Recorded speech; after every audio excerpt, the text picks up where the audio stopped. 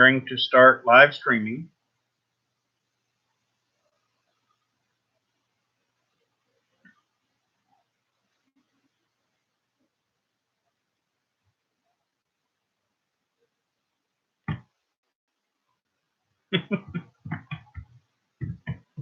Okay.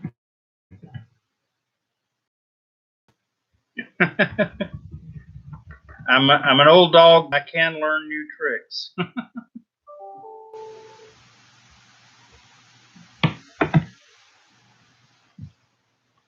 Hold on just a minute. I'm not hearing you on here. I'm hearing you still on the phone.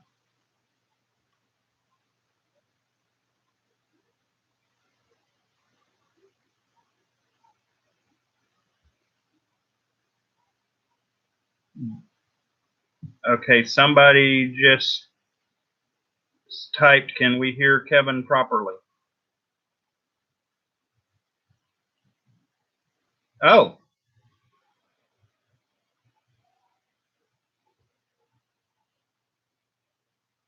Okay, can you hear me through the platform? Okay. Hello?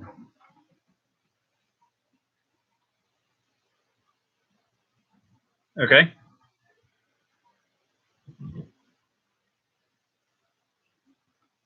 Okay.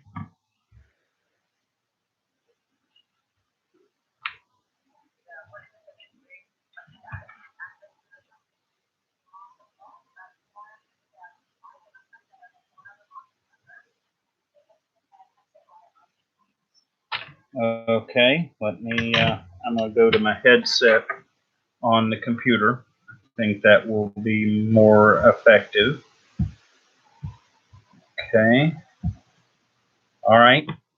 Can you hear me via the computer at this point? Testing 1, 2. Okay. I still don't hear you guys via the computer. Oh. Oh, you can't talk with me. Okay, so it's a one directional. Okay, gotcha.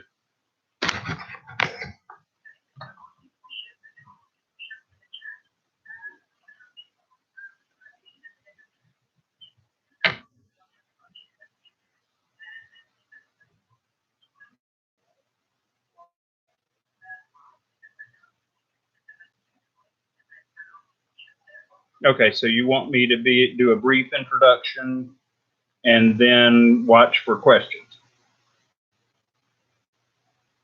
Okay, thanks, Sam.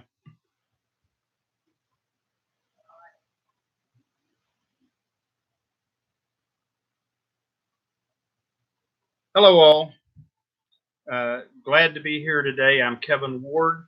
I am here to talk with you today about leadership and looking forward to telling you a bit of my story and then hearing questions and answering them. I live in the U.S. In the southeastern part in a state called Georgia. Kind of unique in that I have lived in this location all my life. And little about my background. I have been working since very young. I suppose my first job was at about 8 or 9 years old, and been working pretty much ever since. And I have done simple jobs before as cleaning dishes in a restaurant, and I have owned my own business now, second time around. My background is a lot of background in the construction arena in one form or another for over 40 years. And then I have also been a teacher at a high school level in the U.S., teaching construction. And then I have been a chief operations officer in a nonprofit related to the education world. And today I am a speaker and trainer and a coach, as well as authoring a number of articles and working on a couple of books. So that's a little bit about me. And I look forward to having time with everyone today to tell you about leadership, specifically servant leadership, and learning how to be a leader in the world around us. And so everyone welcome, and I will be watching for questions and trying to address those questions as they come up. So my leadership journey has been one that's been very interesting, and I have had opportunities starting early on to be in leadership positions, most of which I did not seek out. In fact, very rarely do I seek out leadership. But as I started as a leader of one person, that's me, what began to happen is that as I did that, that I found myself being asked to be leaders in various roles. And so I have served on various boards, both for nonprofits as well as for governing boards. I have been in various positions on those boards, from anywhere from just a participating member all the way to being presidents of those boards. And one of my favorites was being president of a student organization board called Skills USA, because I enjoy currently working with Skills USA and its students involved here. We have about I believe it's almost 500,000 members now in the U.S. And so I enjoy working with those young people.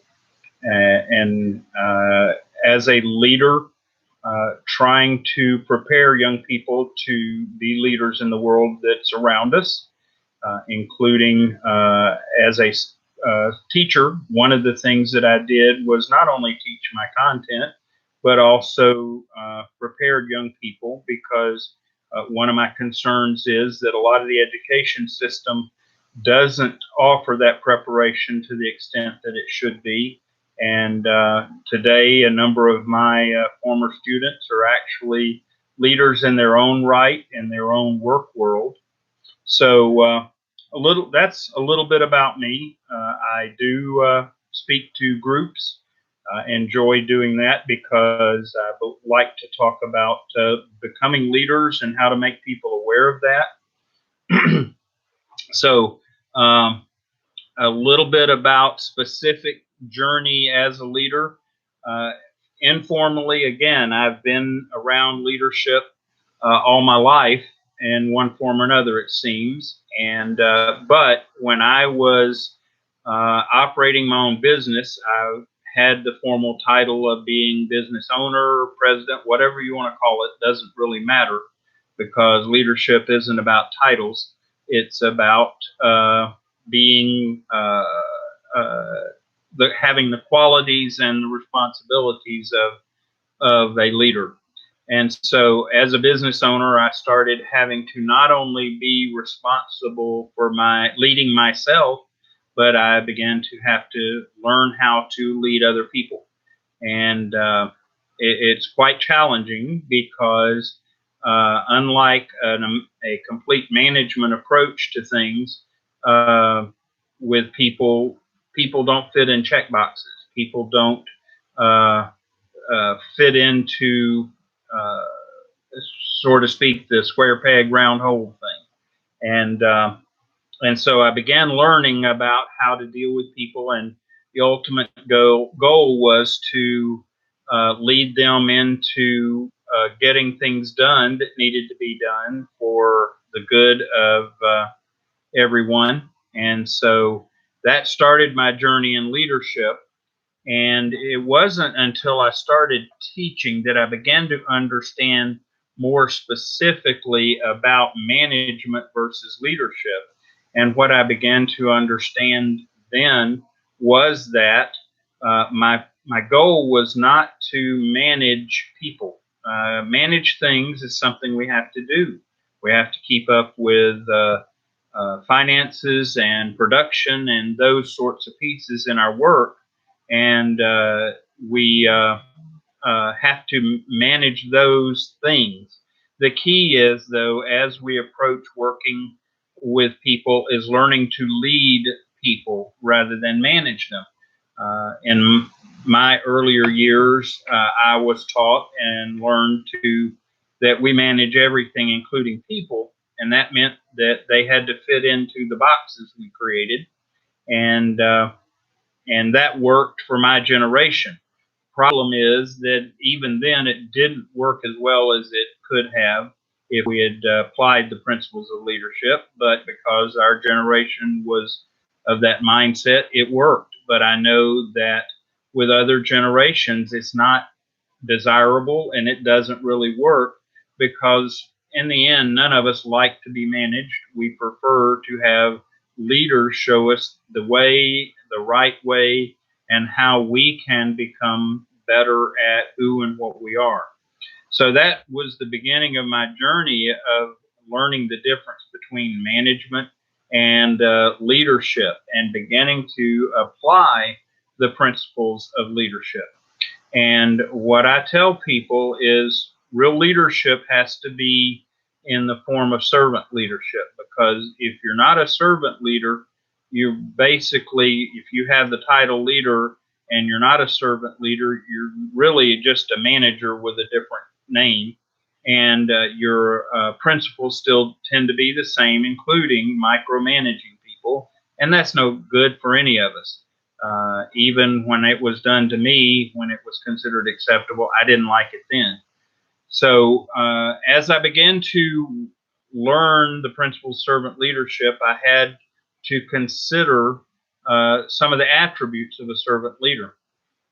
When one of those big attributes that I learned is about responsibility, because a servant leader really does understand the responsibility that is involved with being a leader. When I am in charge of a group or a team, the first thing I do is consider, okay, what do I need to be doing to be the role model of what needs to happen?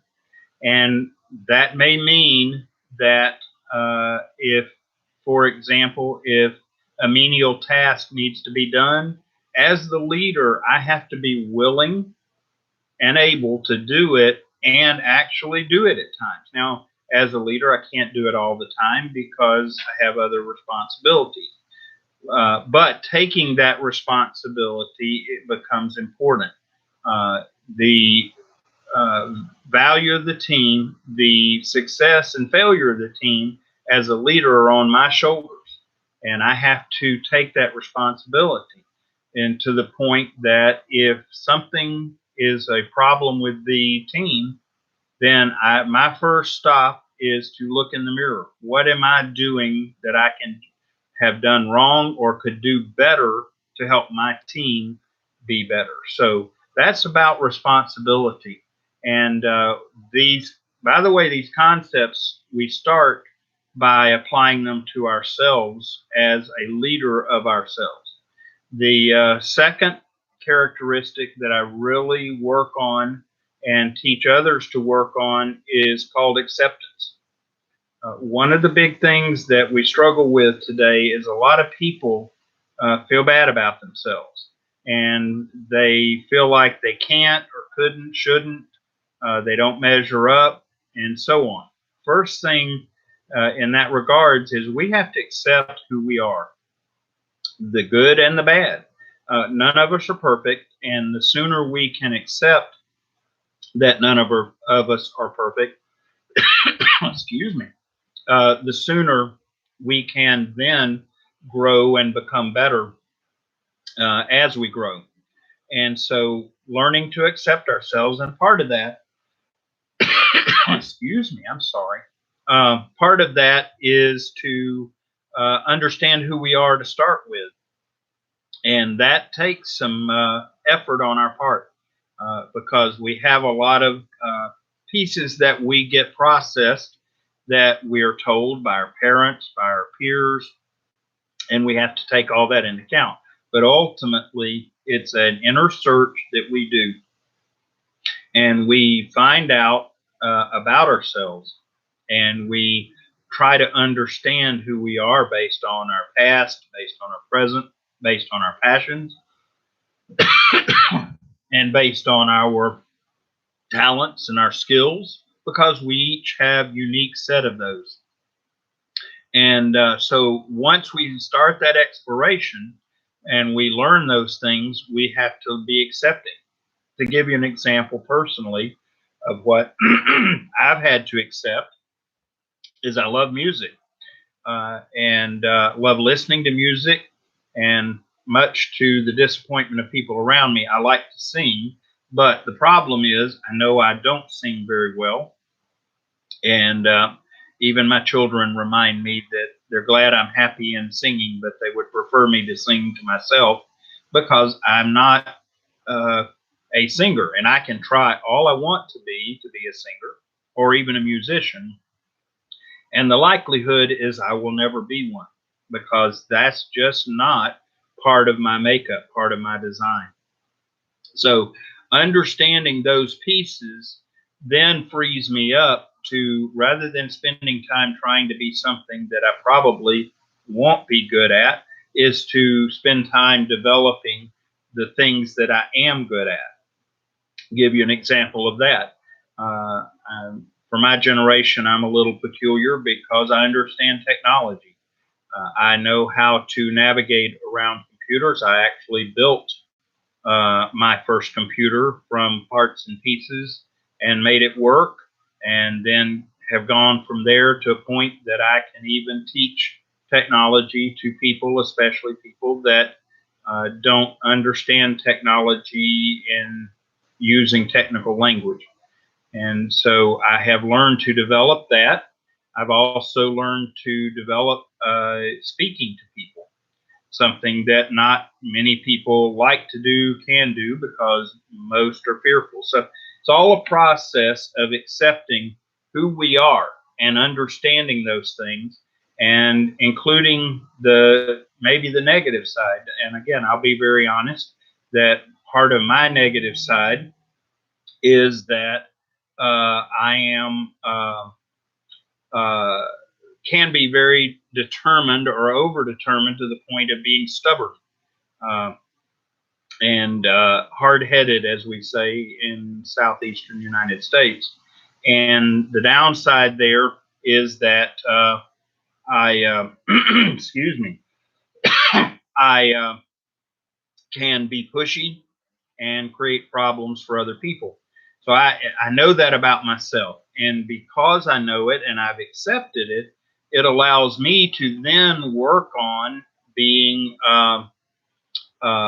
more aware and keeping from being negative in that fashion. So first part was responsibility, taking responsibility for myself and my choices and owning my position as a leader. Then the second part is accepting who I am and acknowledging that, knowing that, so that I am not have a skewed view of myself.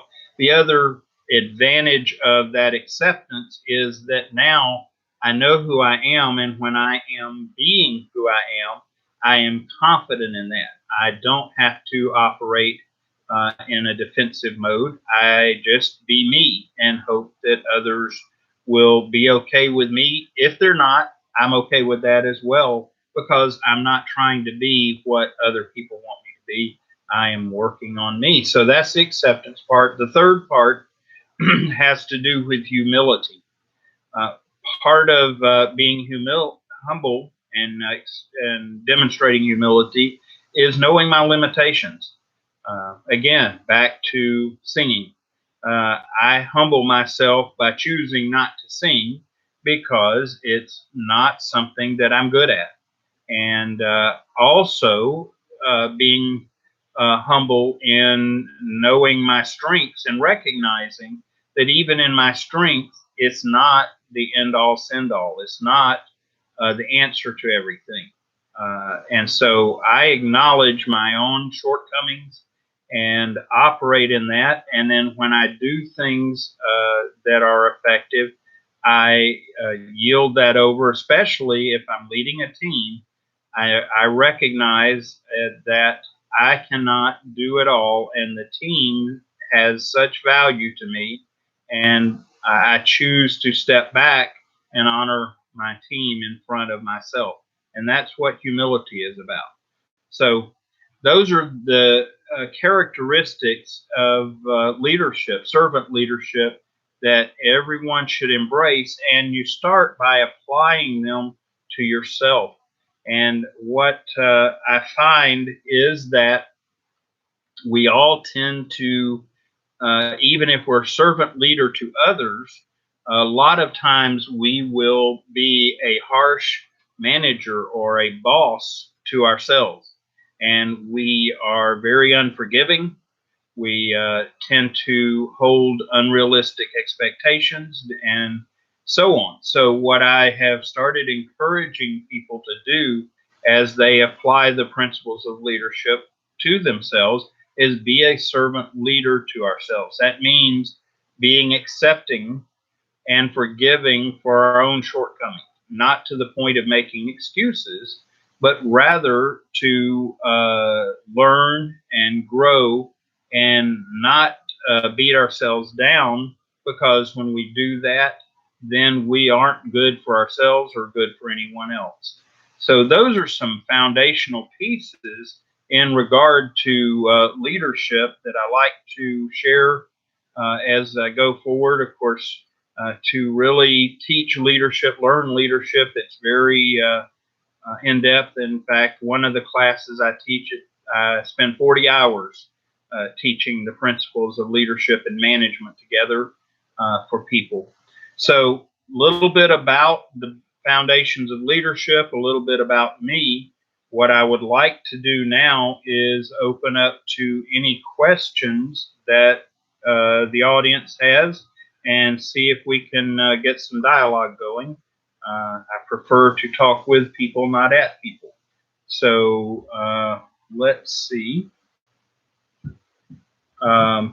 And I'm going to depend on my moderators here to help me with moderating questions. Okay, let's see here. By the way, welcome to everyone. I appreciate everyone taking the time to be here. I know that you could be doing other things other than spending time with me, and I very much appreciate that.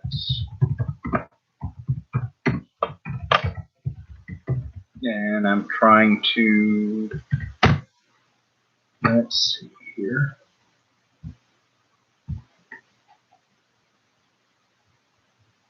Okay, let's see. What are the skills to be a leader on the platform? Well, good question. I assume the platform that you're referencing is LinkedIn, or for that matter, any social media platform. Excuse me, to be a leader in any venue, even on social media, is the same principles of servant leadership. My goal is to share the vision that I have for me and put that out on LinkedIn. And then as a part of LinkedIn, I spend time, a great deal of time, putting content out to help people about leadership. I also share content in regard to education, and I have started working on how to begin to work with different generations. So spending a lot of time putting out good information that is helpful adds value to others, and spending time also commenting and liking other people's posts. I probably spend half of my time on LinkedIn actually engaging with other people's posts because I get tagged pretty regularly and I enjoy going out and seeing what people are saying and dialoguing through their posts. So if you want to be a leader on LinkedIn, spend time engaging. I am also very big on using etiquette on LinkedIn because when you're dealing with other people as a servant leader, as a leader, period, you want to be considerate of those people, avoid uh, being negative, avoid calling names. And I'm not talking about always agreeing with everybody, but even if we're going to disagree, learning how to do so in an agreeable fashion, in a respectful fashion. A friend of mine and I spend time talking about manners on LinkedIn and how important that is, because part of the goal and being present and a leader on LinkedIn is to be professional. It's another attribute of a leader is being professional, and that means considering your what you say, how you say it, and not using inappropriate language or other behaviors. Okay, so as a recruiter on social media, I try to help members find jobs, but no one takes me seriously. What can I do better on the platform? What I would suggest if you're a recruiter is to first build a reputation. This is something that has taken me a while to do. I've been on LinkedIn since 2007, and it has taken me a long time to develop a reputation, or as we call it, personal branding, to be a leader of leaders, so to speak. And so if you're a recruiter, spend some time engaging on LinkedIn as a recruiter. And then as you get more effective and get a reputation, then as you try to recruit people, people will respond better to you.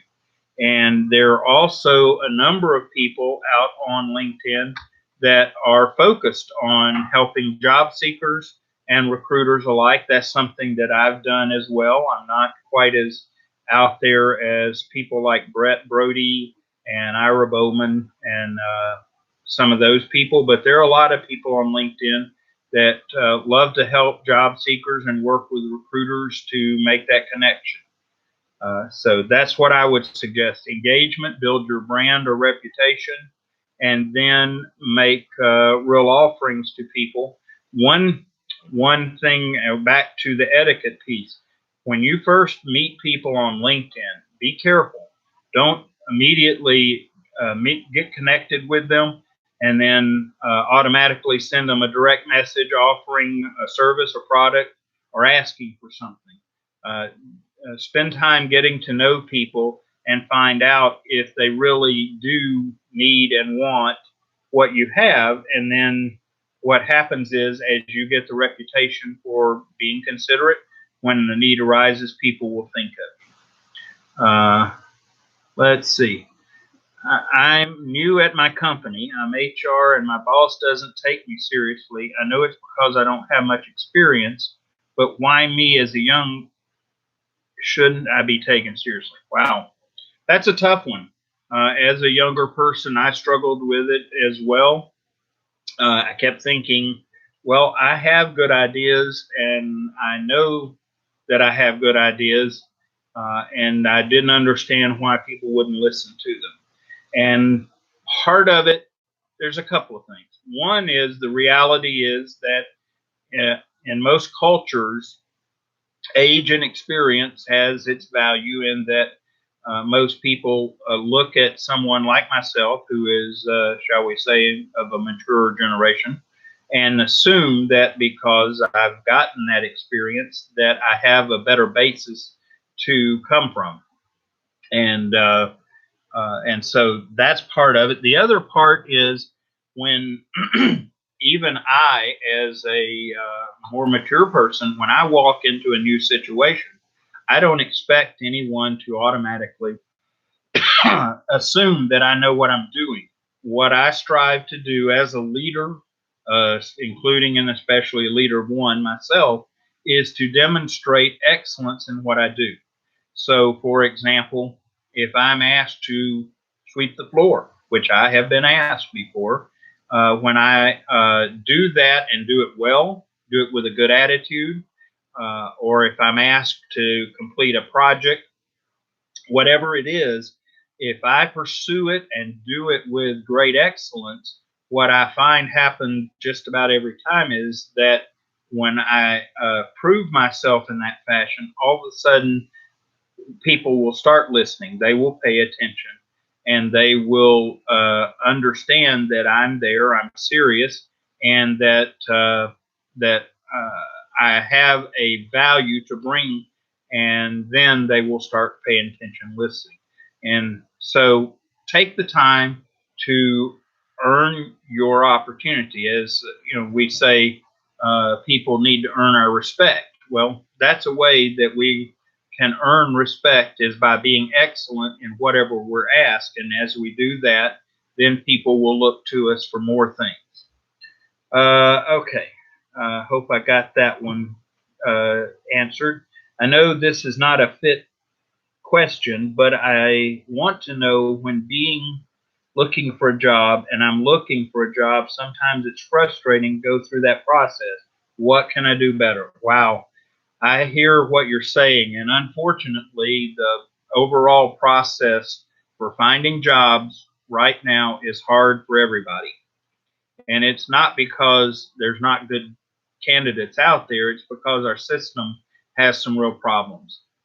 We have, in some ways, dehumanized how we choose candidates, and it's tough. I have been through that recently myself, and even my wife experienced it recently in the frustrations of getting ignored and putting out a lot of resumes and filling out applications and answering questions and all of that and not hear anything, just get ignored. And so I get that. But what I would encourage you to do is to take time to build your reputation on LinkedIn, especially because the more you can show yourself to be talented and have skill sets, especially the things that don't show up on a CV or resume. And leadership skills in particular are valuable everywhere because we are facing AI and robotic technology and those pieces. The one thing they can never replace is good leadership and people skills. And so, as you can develop those and highlight those, that will help you in the job search because it'll help you stand out. And one thing that I tell people, because I do counsel people with job searches, is if the current way of thinking about involving yourself in the job search process is working, then go with it. Stay with it and do it the best it can be done. Keywords, the whole bit. But if it's not working, what I suggest is try some old school approaches. One of the things when I was hiring for an organization, I had actually made a decision on who I thought was the best candidate, and I had a candidate actually take the time and dress up nicely to present themselves professionally, come to our office, came to the front and asked if they could hand over their resume to who was responsible for hiring, and that was me. And so I got the call, and I actually said, okay, I will see the person and accept their resume to consider. And short version is by taking that initiative, showing me their professionalism, their determination, I actually ended up hiring them above the candidate I had previously seen through other processes. So don't be afraid to do things differently. If you've got a company that you really want to be a part of, research it, learn it, and go and visit the company and try to speak to the supervisor, hiring manager, whoever. Be ready to present your resume.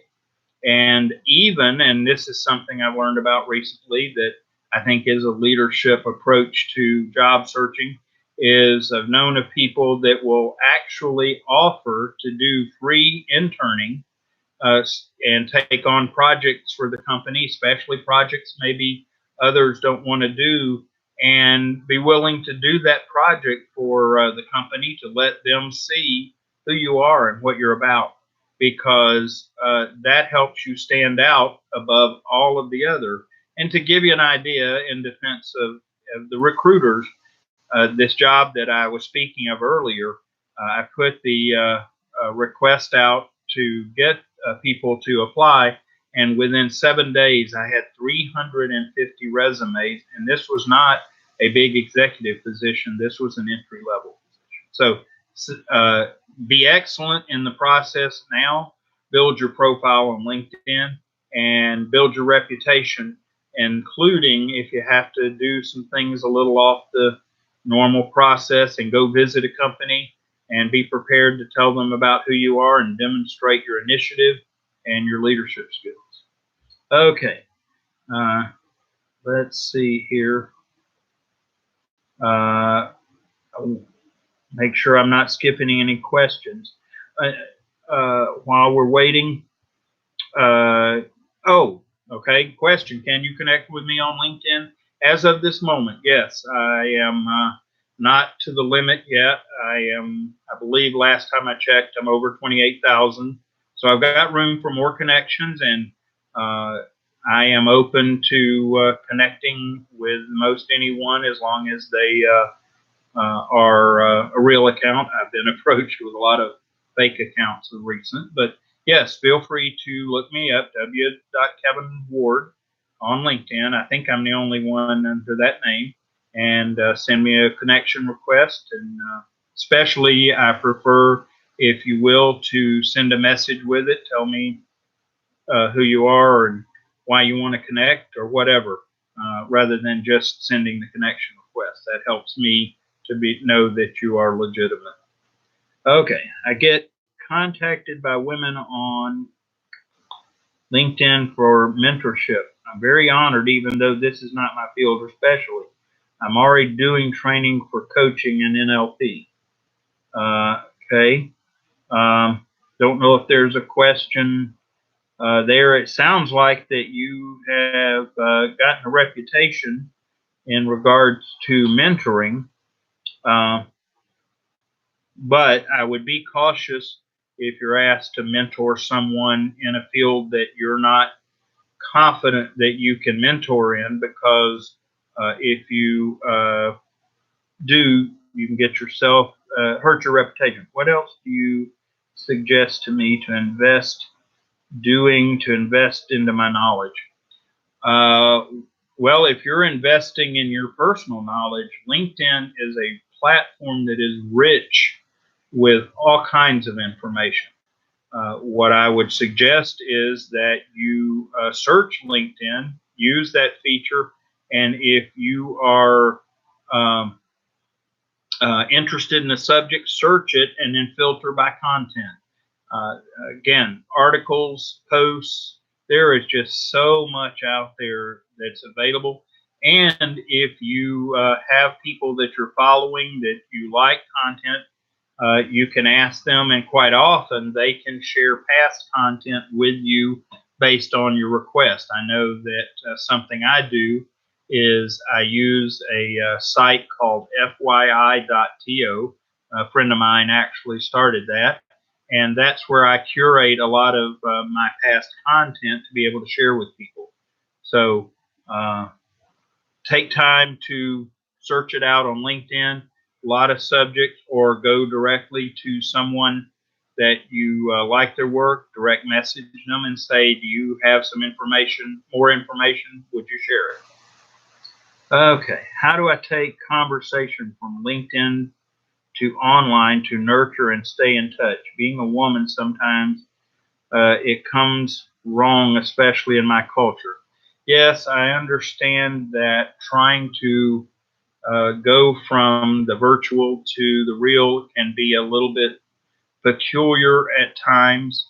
Um, that it can be a tough transition. But what I suggest is develop the relationship on LinkedIn virtual, and then as appropriate, consider using direct messaging. And what I would even suggest, and I'll tell you, I am even cautious as I interact with females on LinkedIn because I do not want my actions to even be remotely questionable. So initially, especially if I don't know somebody and I'm trying to get to know them, I'll stick with my male counterparts. Most of the time, if I have any develop any connections with someone of the opposite sex, I will do so through an introduction by someone else that we haven't mutually connected, or go to live networking events. I know LinkedIn Live has become very popular in a lot of arenas. So, opportunity to meet someone in a public environment and start connecting that way is helpful. In anything that you do, always make it very clear that you're being professional and that your that goal is to develop in a professional environment. Uh, let's see. By the way, engaging on LinkedIn through likes, comments, and shares. People sometimes think that it's all about being a content writer. It's not. Some of the most influential people on LinkedIn I know do very little content writing.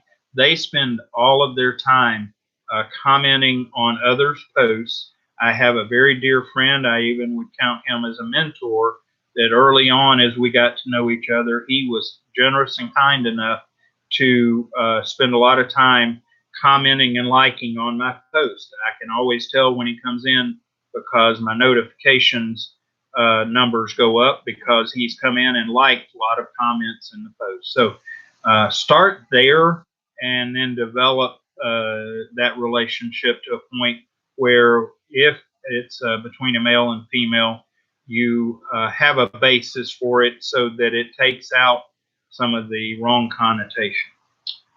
Okay.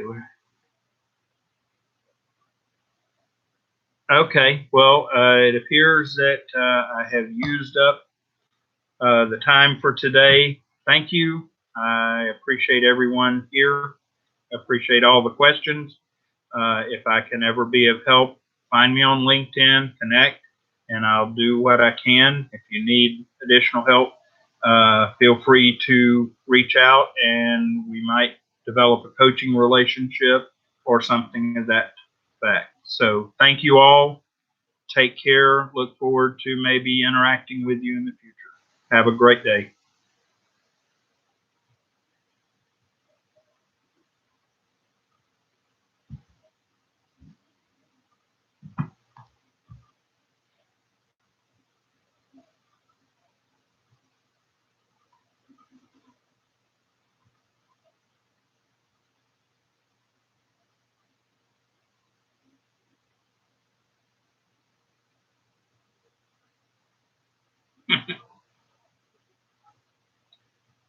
Hey, Sam.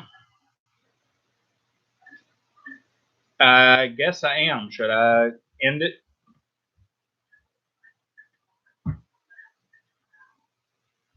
Yeah, it says end live stream.